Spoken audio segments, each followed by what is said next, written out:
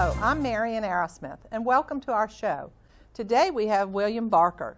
Mr. Barker has been a teacher here, an administrator, a supervisor, and I don't want to say too much because he has so many interesting stories. I wanted to come from him. But he grew up in St. Tammany Parish. He grew up out in the Lee Road area. So welcome, Bill. We're glad to have you. Thank you. It's a pleasure to be here, Marian. So, would you like to start by telling us a little bit about what your childhood was like? What was it like out in Lee Road when you were growing up? Well, really, I was born out in the Folsom area, but lived there only 3 years, and then we came to our property over in Barker's Corner.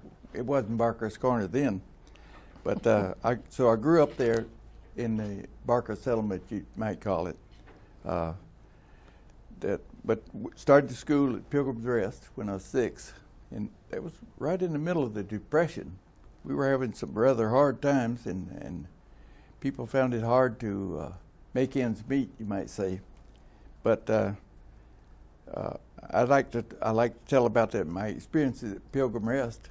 I started there in 1936, and we were in the first grade. Had some wonderful teachers. I remember Miss Carrie Fitzgerald was a teacher that made me really like school to begin with, and I liked that. And they had several teachers. We had some interesting things at Pilgrim Rest. It was a 5-room country school with 7 grades, so there were 2 combination classes. I was in only 1 combination class, but all the others were single class classrooms. We had some interesting things there. I learned to read and loved to read there. By the time I was in the 2nd grade, I was reading everything I could get my hands on. I loved that. The plumbing system at Pilgrim's Rest was rather interesting. We had the outhouses, of course, on each end of the schoolyard, and then we had the plumbing system. The pump was always interesting. The maintenance department, whatever that was, there were 2 or 3 men then, I guess, had arranged the pump with a pipe on it, with so that it would make bubblers for about 4 people. So you would have to pump the water and would hope that the one who was drinking would take his turn pumping so you could drink. Often, though, they were drinkers and runners. Not drinkers and drivers, but they drink and run and left you with the pump. So you'd pump like crazy and run around to the bubbler before it quit flowing and try to get your drink of water. That was always interesting. And then after that, we went through the 5th grade fourth through the 4th grade at Pilgrim's Rest. About how many kids were in a class then, do you remember? It was rather small.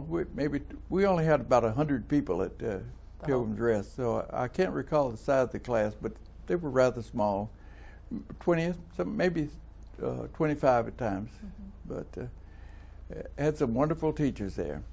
And what about a lunch program or a breakfast program or recess? Lunch program. I hadn't thought about that. Yes, we usually we had our lunch program was sack lunches, or anyway we'd have sandwiches with biscuits with what we all call smokehouse meat. This was the good pork that was cured in the smokehouses, and my mother would carve off some of that pork and make sandwiches with biscuits. We not too big on sliced bread. You have to recall, this was during the Depression. One of the things that would happen was at the noontime, when the bell would ring, Mr.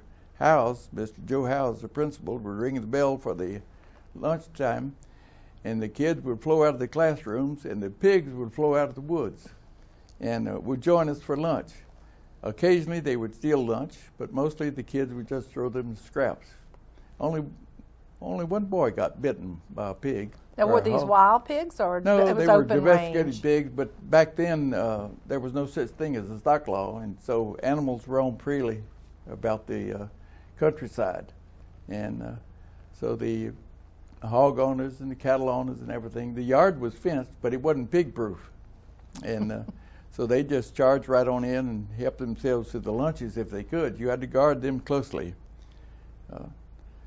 So everybody had to bring their own lunch. Oh yeah. You didn't have lunch. But then there at later school. on, down the road from the school, about a block or so from the school, there was a house, and Margie Revere started. They called it the soup kitchen. She would make soup every day, and we'd go in for 1 nickel. We could get a bowl of soup and a slice of bread. So we had hot lunches then.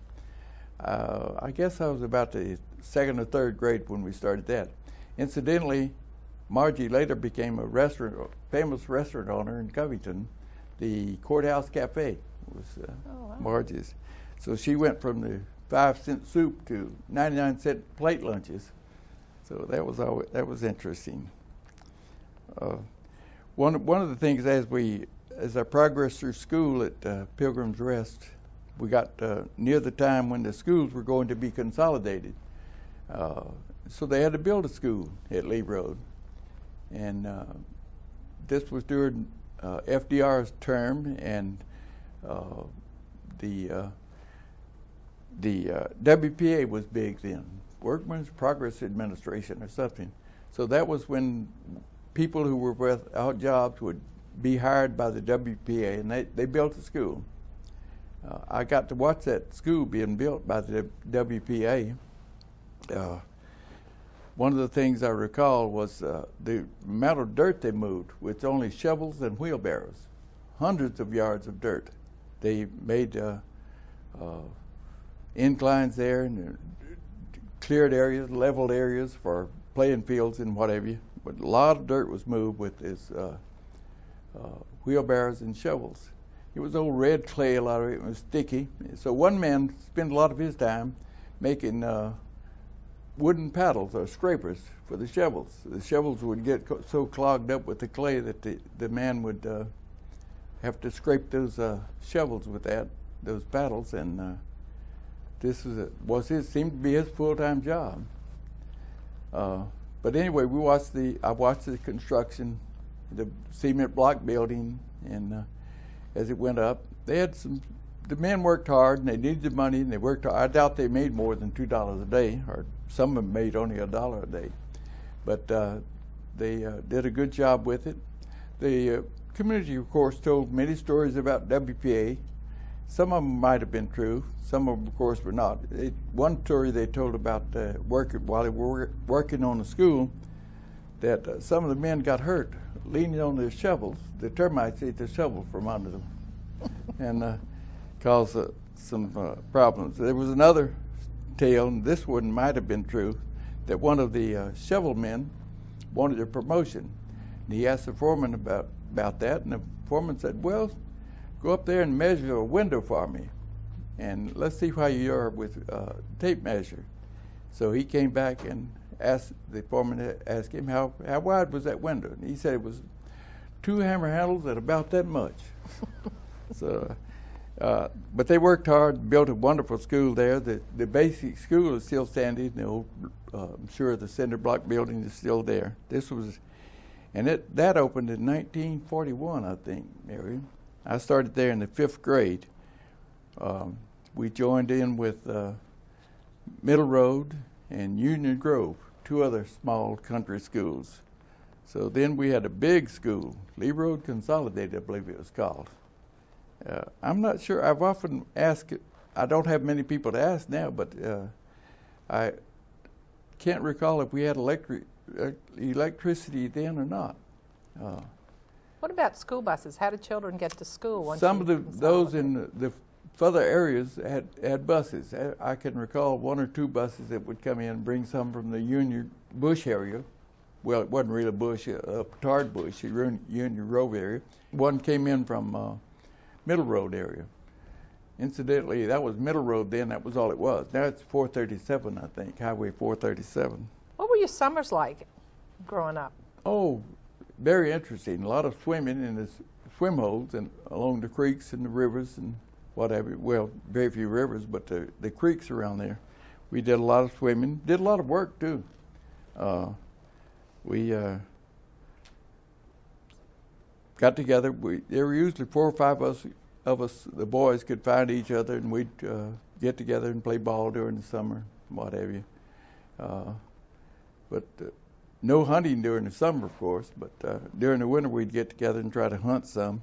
Didn't do much at that, but there were a few things that were still there, a lot of quail and doves and what have you.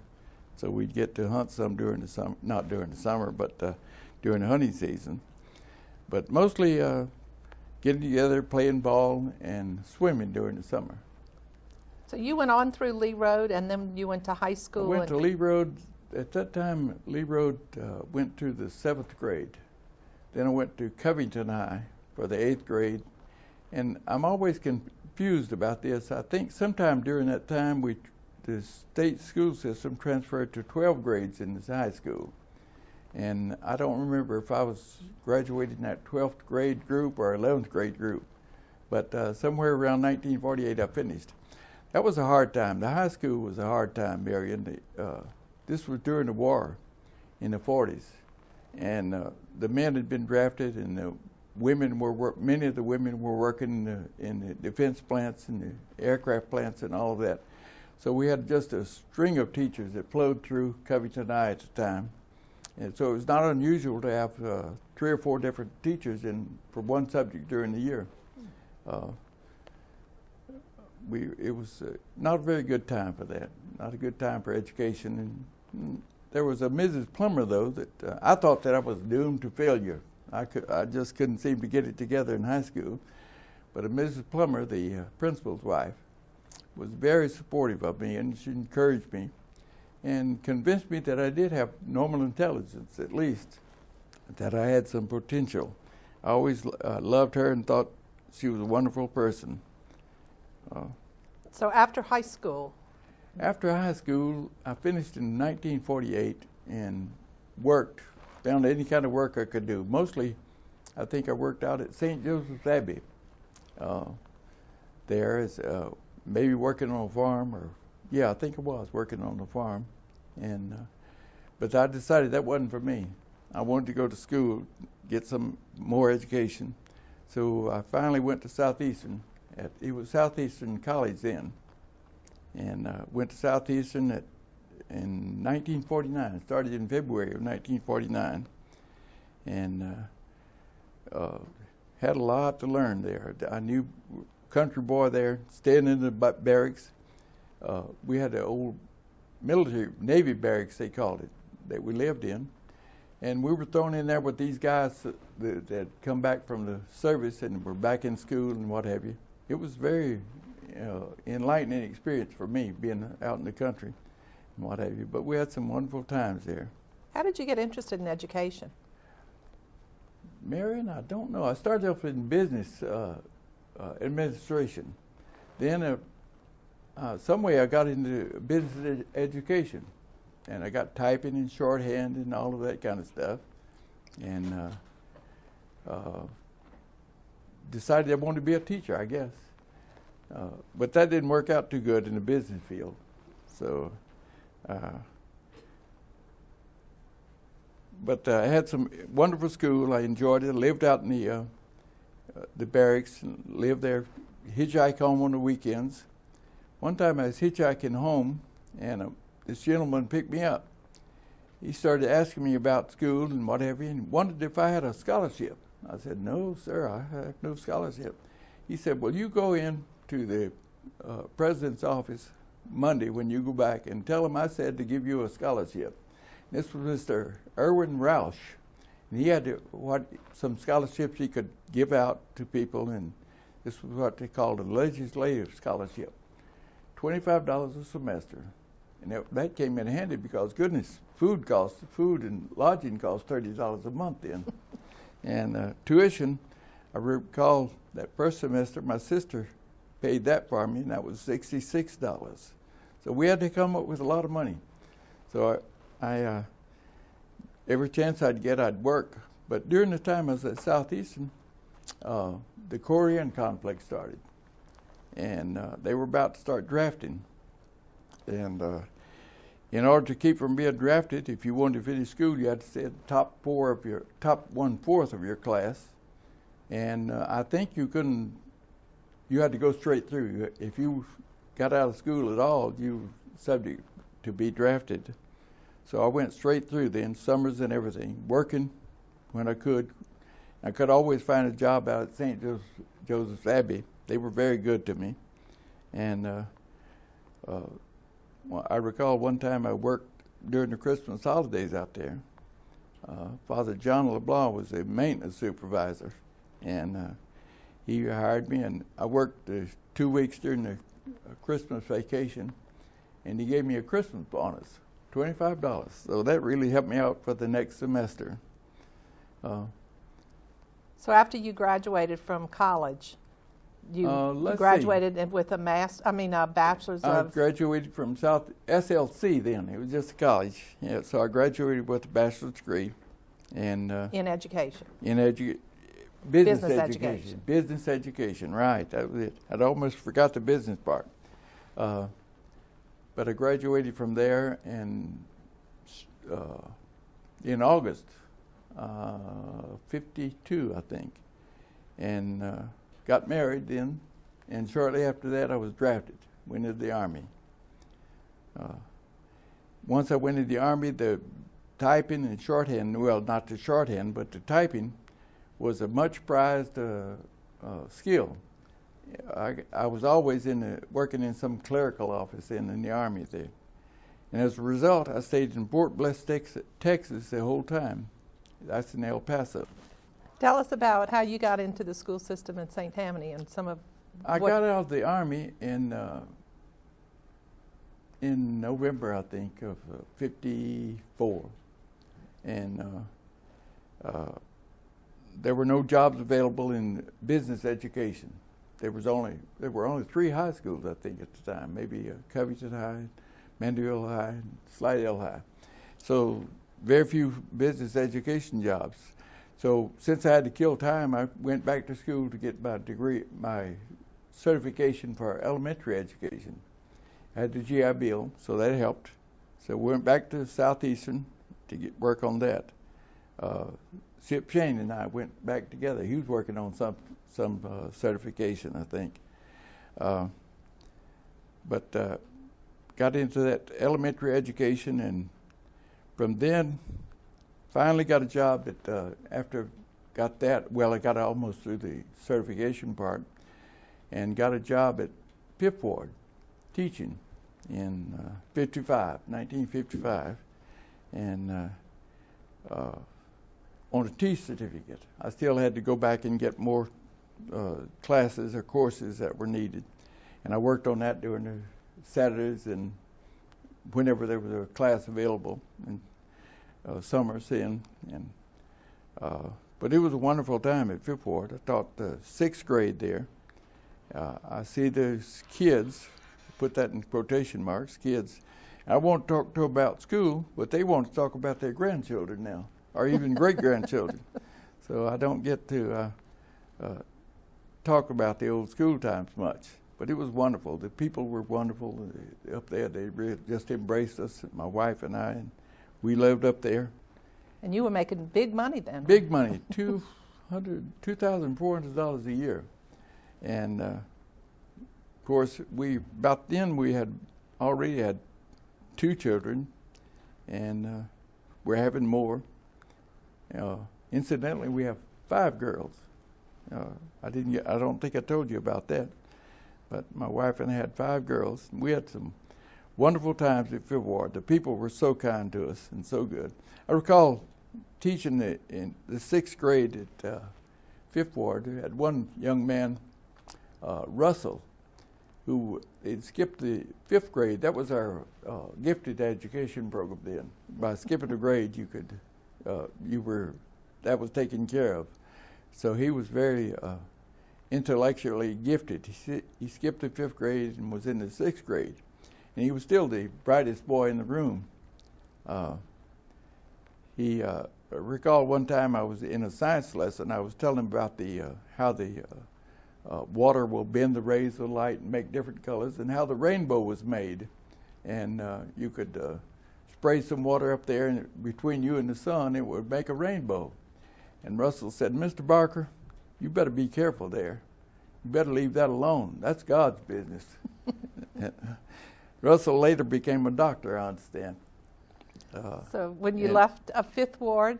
Left Fifth Ward to go to Lee Road, back home, to the old WPA school, and got to teach a half year, 7th grade. And it was then that Mr. Mayfield, I'd had some psychology, some courses in psychology. Oh, incidentally, I recall one time he came to Fifth Ward, and we just had one of our children was born the day before.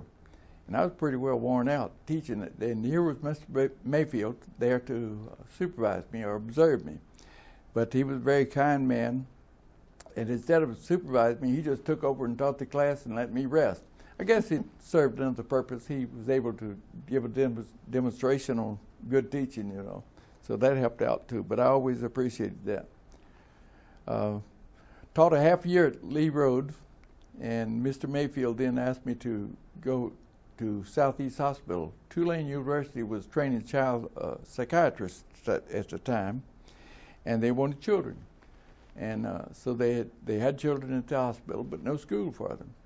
So he wanted me to go down and start a school for the children. We started with just a few, very few children. And but it was very interesting. I had some very interesting experiences there. Now, weren't you the first person that was certified in special ed here in the district? I was, yes, certified in special education. But the experience at Southeastern was really great. One of the things you have probably taught children to read. I'd never been able to teach them to read. I helped them. They had reading skills already, and I was able to help them. But at the hospital, I had a child about 12 years old, a little boy, who couldn't read, and wouldn't. But he was playing the macho game. He said, "I don't know how to read, and I'm not going to learn how. You can't force me to." But they had taught us how to hold him, and so I got him on my lap and held him carefully and safely. And I said, I can't recall his name now, but I told him that probably wouldn't do well to call his name anyway. I said, we're going to stay here until you read this little bit of this. Had a first grade, what are they, little primer book? Those little primer and pre-primer. Pre-primers, and there were a few words in there he could recognize. And so he started reading it, and after that, he wanted to read every day. And in just a few months, he had made several grade levels in reading. It was a most rewarding experience. I had, when I was at Fifth Ward, I had one boy told me he couldn't read, but I really I didn't have my certificate, I hadn't had many reading courses, and I didn't know how to teach it. I was better able to help this boy at Southeast Hospital, and was able to help him. That's one very rewarding thing. I'm sure you've taught people to read, and you know how it makes you feel. I love teaching first grade. Yeah. I know you were principal out at Folsom because I left when you used to come after out. 8 years at the hospital, went to Folsom as principal, and spent 2 years there. I think that's where I met. No, that wasn't when I met you. No, that was before your time. But when you used to come out there, all the kids knew you. Yeah. So I wasn't far behind you. I was with Talmadge Corps. That was when I was supervisor. Right. And you went in as supervisor after you were at Folsom. Is that? No, I went to Lee Road. Back to Lee Road back again. To Lee Road. After 2 years at Folsom, I went to Lee Road as principal, and served there for 6 years. So you were at Lee Road and then went in to central office. About 6 years at Lee Road as principal. The gymnasium was built while we were there. I didn't have anything to do with it, but they built the gymnasium, and that was a great thing there. I recall then that the students were very proud of their new gymnasium. There was a coach one time that came out for a basketball game, and he sat on the bleachers there, and smoking, and he scrubbed his cigarette out on the floor, and the kids were about to attack him, I think. They didn't want their beautiful gym desecrated in such a way. So yes, then I left Lee Road and got to go into followed Mary Ellen Armitage, who was supervisor of special education. And kindergarten. And kindergarten. So I went in the same capacity as I was just a, what do you call it, supervisor, I guess, supervisor. Of education. But I tended to, I was assigned more of the special education activities in the kindergarten, and that's when I met you. That's when we met. Right. You were at Folsom in the kindergarten there. And then you hired me out of there as an early childhood specialist. yeah. Mm-hmm. But special ed started under you. I remember the gifted program started under you. Yeah, special ed, but it was 94. very limited because many of the children who were severely impaired were in institutions. But when in 94-142, that was in 1975, this was a law that was passed. I think they called it the Law Education for All Children. And that meant that slowly these children were phased out from the institutions and were made the responsibility of the school system. So we had to take over a lot of things. I recall K-B, we had to establish classes there, and different facilities for Stark facility. We started classes at their place. But then slowly we had to integrate all these into the school system. Child search. I remember when child search started. I'd forgotten that term, child search. Yes, I recall that. But yes, we started a lot of programs in the 1975 and on. I think that was the year I went into the school board office as supervisor. The law was about a paragraph, I recall. Reading the 94-142, it was about a paragraph. But when we got the guidelines, it was a book that thick, or thicker, several of them. But we started some good programs there. When I first went in, one of the main things was just the classes for the educationally impaired, and then they had the LD, disabled, which was learning disabled. Mm-hmm. And so we added a lot of those classes, added a lot of speech therapists. I think that maybe we had 7 speech therapists in the parish. In 1976, that's right. We had 7. Is that right? Mm-hmm. That's what I remember. But we didn't have any social workers, I don't think. No social workers, no nursing, psychologists. No psychologists, no evaluation people, educational evaluation. To get a child evaluated, they had to make appointments at Southeastern, and they would have a team over there that would evaluate a child and classify them. They would classify them as learning disabled or emotionally disturbed or mentally retarded or something like that. We have better names for that now. We're not as harsh, but right. And I like that. That's good. And we include more of them in our regular classes too. Yes. Oh yes. Mainstreaming was one of the big things that I had to deal with. And of course, many of the principals found that difficult because they would have these disturbed children in their schools and were really not equipped to deal with them, didn't know how, and weren't trained. Well, at the time, we didn't even have many teachers that were trained. No. We had to have a lot of T certificate teachers, but we had to fill those spaces. I think that we started offering special ed teachers 10% more in their salary. Right. That's right. In order to. That was when I started making big money. I started getting 10% increase in my salary. I recall when I went to Southeast Hospital, I'd gone from the 2,400 a year to 48, but that was it had a 12-month program. We were down there at the full time, so that really helped out with my family. I had perhaps 5 children by then. So you saw a lot of challenges while you were there, and a lot of new programs started under you. Yes, we started the gifted program while I was there. I recall writing a proposal for Title IV, I think it was called back then. Mm-hmm. You could get some money if your proposal was approved. So I wrote a proposal. I'd seen a gifted program in New Orleans, and I came back and wrote a proposal for that. And the money was approved. So we started with 2 teachers, I think. 3. 3 was it? 3. I've forgotten. Jack Efton was one of them, I recall. Holly Broom was one. Holly Broom was one. Holly, that's right. I couldn't remember. And then there was one more. Yeah. Lois Zeller was. But that has really grown, too. After that, the state took that program over. After the it was federally funded for a while, but then the state took that program over, and it became part of the special education program. And so that was good, too. Who were some of the people that had great influence on you that you remember? Well, I mentioned earlier that when I was in high school, Mrs. Plummer, had really made me more secure, and I felt really good about that. And then I had at Southeastern, I had some people who took great interest in me, and I remember Mr. Purser, who taught business English, and Miss Buck. A lot of people that went to Southeastern will remember Miss Buck, but she was a very stern teacher. She taught history at Southeastern, and there were a few people who made B's. Maybe one or two would make a B, 4 or 5 would make C's, and the rest of the class would make D's or F's.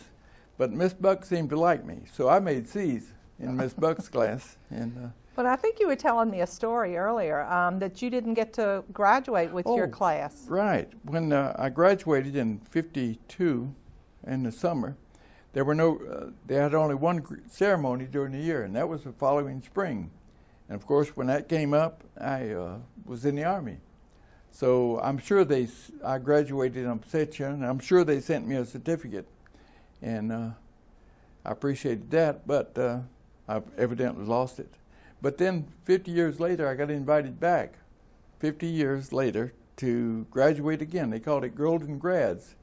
And this is a kind of an honorary thing, but I'd never never had a chance to walk. But it happened this time that I had a grandson who was graduating from Southeastern, and I got to walk across the stage with him. Dr. Moffitt shook my hand, and incidentally, my son-in-law, who's an assistant president at Southeastern, was there to shake my hand also. And who is he, Bill? Steve Smith. Yeah. Okay. He's in charge of administration and finances, I think. Well, you have a picture that has Elsie Burkhalter in your Golden That Grads. was at those who graduated with me. Okay, so that's your graduating class. That's Mm-hmm. And I got this. I like this. This meant more. I don't know what happened to the one they mailed to me, but I got this one. It's just a facsimile, just a replica of the original, I guess. That's I wonderful. got that 50 years later. So I tell people I finished Southeastern, but I didn't. I finished Southeastern College, but I graduated from the university many years later. It does that? Yeah, university there. Now, after you retired, you didn't get out of education. No, I didn't. Went in a different direction. I did for a year, but I found out. I discovered after we traveled, my wife and I traveled for about a year, and around the United States. We never did go overseas or anything, but we had some interesting traveling experiences. I saw an opportunity to get into the Head Start program. I'd heard about that, but didn't know too much about it. But I saw they were wanting a director for a Head Start Center. So I applied for that job, and Judy Wascom and Mrs. Greenwood and several of she was on the board. And I think Judy Wascom Mrs. Frick was also on the board. And so they hired me as director of the Head Start Center in Covington at Regina Celli out at the convent. I spent some years there, and then Judy Wascom, who was a wonderful director of the program. She became Judy Lloyd, right? Judy Lloyd. She was Wascom before. Right. I got an opportunity to be her assistant. So I recall one day I'd told somebody I'd moved up as Judy Lloyd's assistant director, and that person came into the office one day and I was sweeping, and I apologized. I said, I told you I had a big job down here, and now you catch me sweeping. So Judy heard that, and she liked that too. So I worked with Head Start for 9 years, had a wonderful experience, both as director of the Covington program and then as made a lot of friends. Incidentally, when I was at Southeast Hospital, Vic Doucette became one of the teachers. We added some more teachers later on as the children came in, and Vic Doucette was one of the teachers. And I became good friends with Vic. He really helped me out a lot. And there, and since then we've been friends ever since.